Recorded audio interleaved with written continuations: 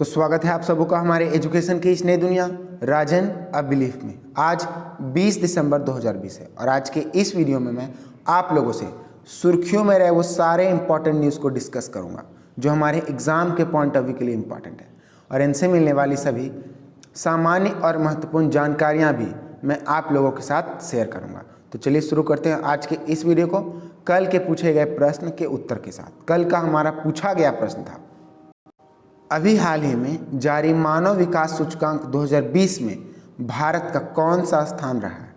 तो मैंने आपको कल के वीडियो में इस बारे में डिटेल से बताया था कि अभी हाल ही में मानव विकास सूचकांक 2020 को जारी किया गया और इस सूचकांक में भारत का 131वां रैंक रहा है। तो इस क्वेश्चन का जवाब ऑप्शन बी यानी कि 131 सही है। आज का हमारा पहला प्रश्न है, अभी हाल ही में गोवा मुक्ति दिवस कब मनाया गया है। तो अभी हाल ही में 19 दिसंबर यानी कि कल के दिन गोवा मुक्ति दिवस मनाया गया, क्योंकि 19 दिसंबर को ही भारतीय सशस्त्र बलों ने गोवा को पुर्तगाल से आज़ाद कराया था और गोवा को पुर्तगाल से सशस्त्र बलों ने 19 दिसंबर 1961 को आज़ाद करवाया था। इसीलिए 19 दिसंबर 1961 से ही प्रत्येक वर्ष गोवा मुक्ति दिवस मनाया जाता है। तो क्वेश्चन नंबर 1 का ऑप्शन डी सही है।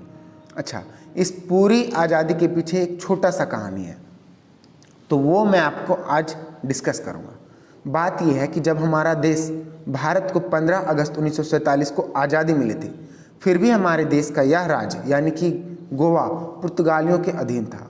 जब भारत के लोगों ने उनसे इस क्षेत्र को छोड़ने की मांग की तो उन लोगों ने इसे छोड़ने से साफ मना कर दिया।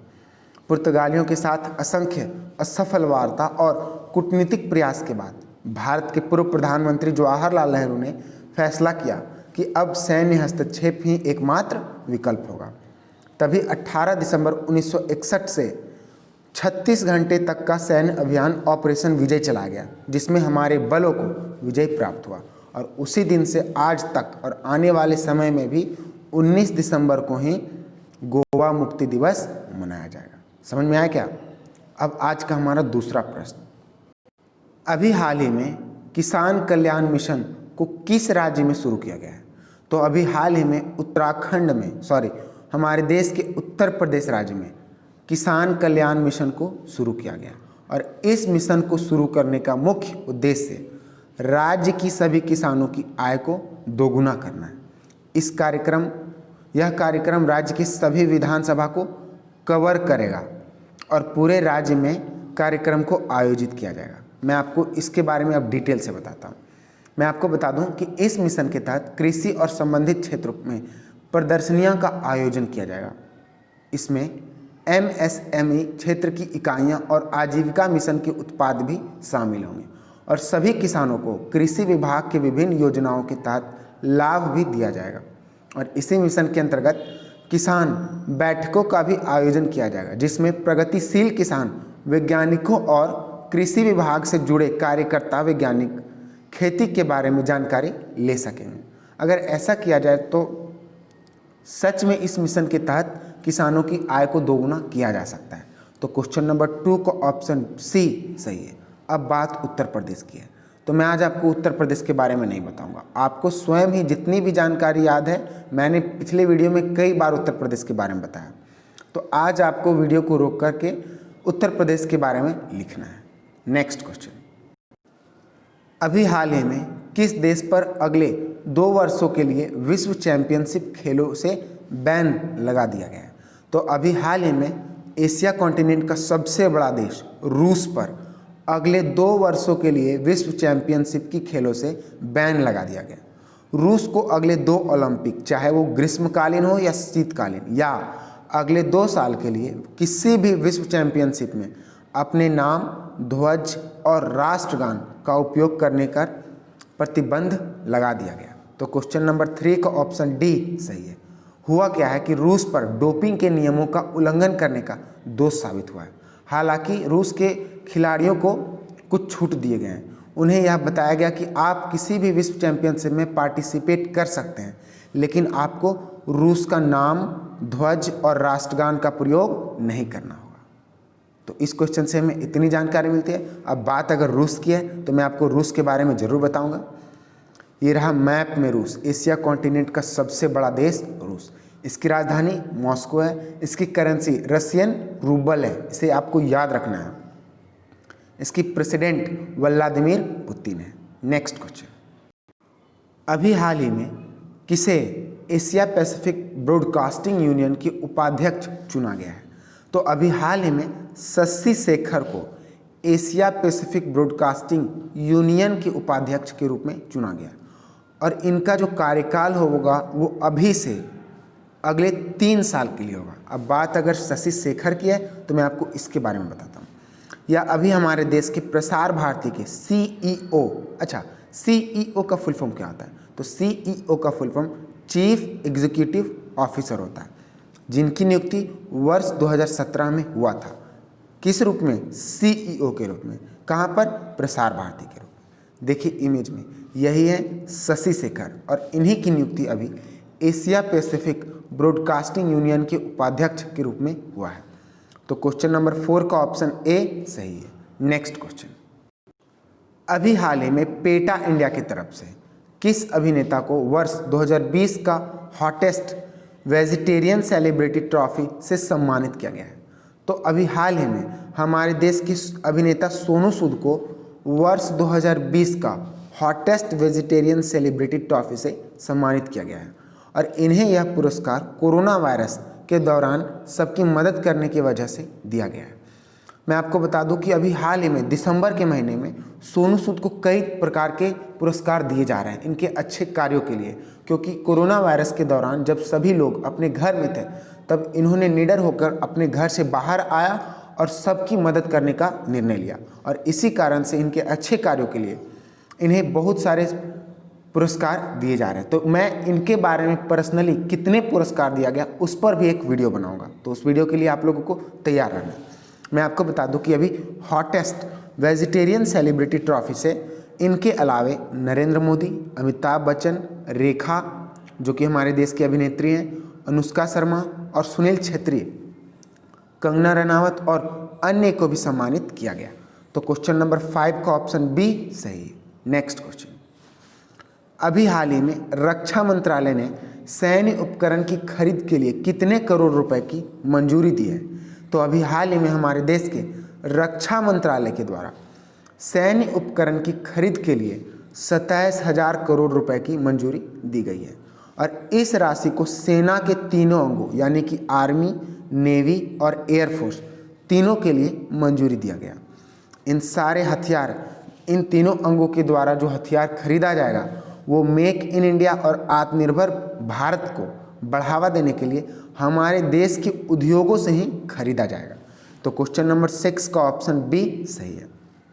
अब बात अगर रक्षा मंत्रालय की है तो मैं आपको बता दूं कि हमारे देश के केंद्रीय रक्षा मंत्री कौन है? राजनाथ सिंह हैं। नेक्स्ट क्वेश्चन, अभी हाल ही में पाकिस्तान के किस खिलाड़ी ने अंतर्राष्ट्रीय खेल से संन्यास लेने की घोषणा की है? तो अभी हाल ही में पाकिस्तान के तेज गेंदबाज मोहम्मद आमिर के द्वारा अंतर्राष्ट्रीय खेल से संन्यास लेने की घोषणा की गई है और इन्होंने 17 दिसंबर 1920 को इस घोषणा को किया है। तो इस क्वेश्चन का जवाब मोहम्मद आमिर सही होगा। नेक्स्ट क्वेश्चन, अभी हाल ही में किस राज्य में मुफ्त फसल बीमा योजना को शुरू किया गया है?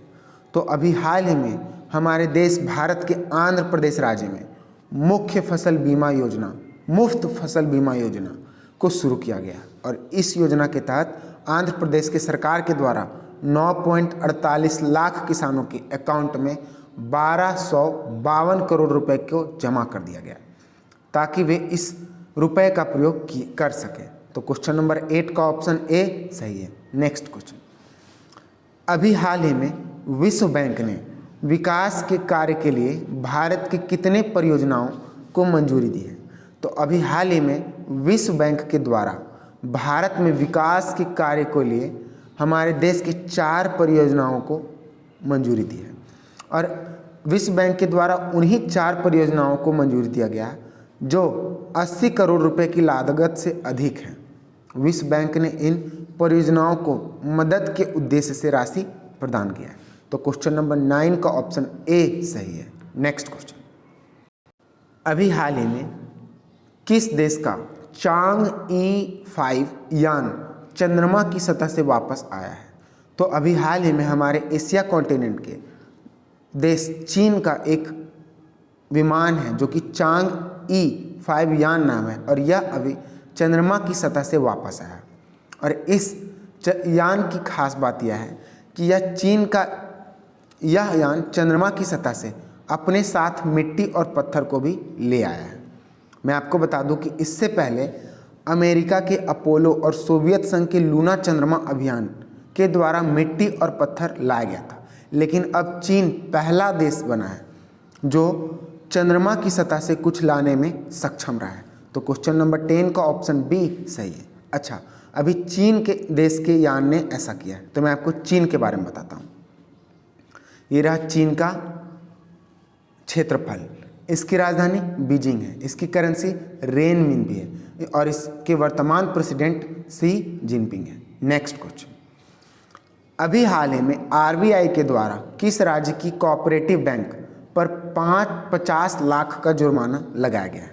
तो अभी हाल ही में आरबीआई के द्वारा केरल राज्य के कोऑपरेटिव बैंक पर 50 लाख का जुर्माना लगाया गया, और यह जुर्माना आरबीआई ने कोऑपरेटिव बैंक पर आय पहचान और संपत्ति वर्गीकरण नियम के उल्लंघन पर लगाया है। तो क्वेश्चन नंबर 11 का ऑप्शन ए सही है। अगला क्वेश्चन आप लोगों के लिए, अब मैं आपको आरबीआई के बारे में बताता हूँ। ये रहा आरबीआई का लोगो। इसकी स्थापना 1 अप्रैल 1935 में हुआ था। इसका हेडक्वार्टर मुंबई में है, और इसके वर्तमान गवर्नर शक्तिकांत दास हैं, जो कि आरबीआई के 25वें नंबर के गवर्नर हैं। अगला क्वेश्चन, लास्ट क्वेश्चन, अभी हाल ही में जारी ह्यूमन फ्रीडम इंडेक्स 2020 में भारत को कौन सा स्थान प्राप्त हुआ है? तो अभी हाल ही में जारी ह्यूमन फ्रीडम इंडेक्स 2020 में भारत को 131वां रैंक प्राप्त हुआ है, और यह सूचकांक दुनिया भर में नागरिक, आर्थिक और व्यक्तिगत स्वतंत्रता के बारे में जानकारी देने के लिए प्रत्येक वर्ष जारी किया जाता है। मैं आपको यह भी बता दूं कि वर्ष 2019 में भारत का रैंक 94 था, लेकिन 2020 में इसका रैंक 111 हो गया। तो क्वेश्चन नंबर 12 का ऑप्शन बी सही है। अगला क्वेश्चन आप लोगों के लिए, जिसका जवाब आप लोगों को कमेंट सेक्शन में देना है, क्योंकि इस प्रश्न का उत्तर मैंने कल के वीडियो में दे रखा है। अभी हाल ही में भारत और किस देश के बीच हल्दीबाड़ी चिल्हाटी रेलवे लिंक का उद्घाटन किया गया? तो इसका जवाब आप लोगों को कमेंट सेक्शन में देना है। All the best, good luck.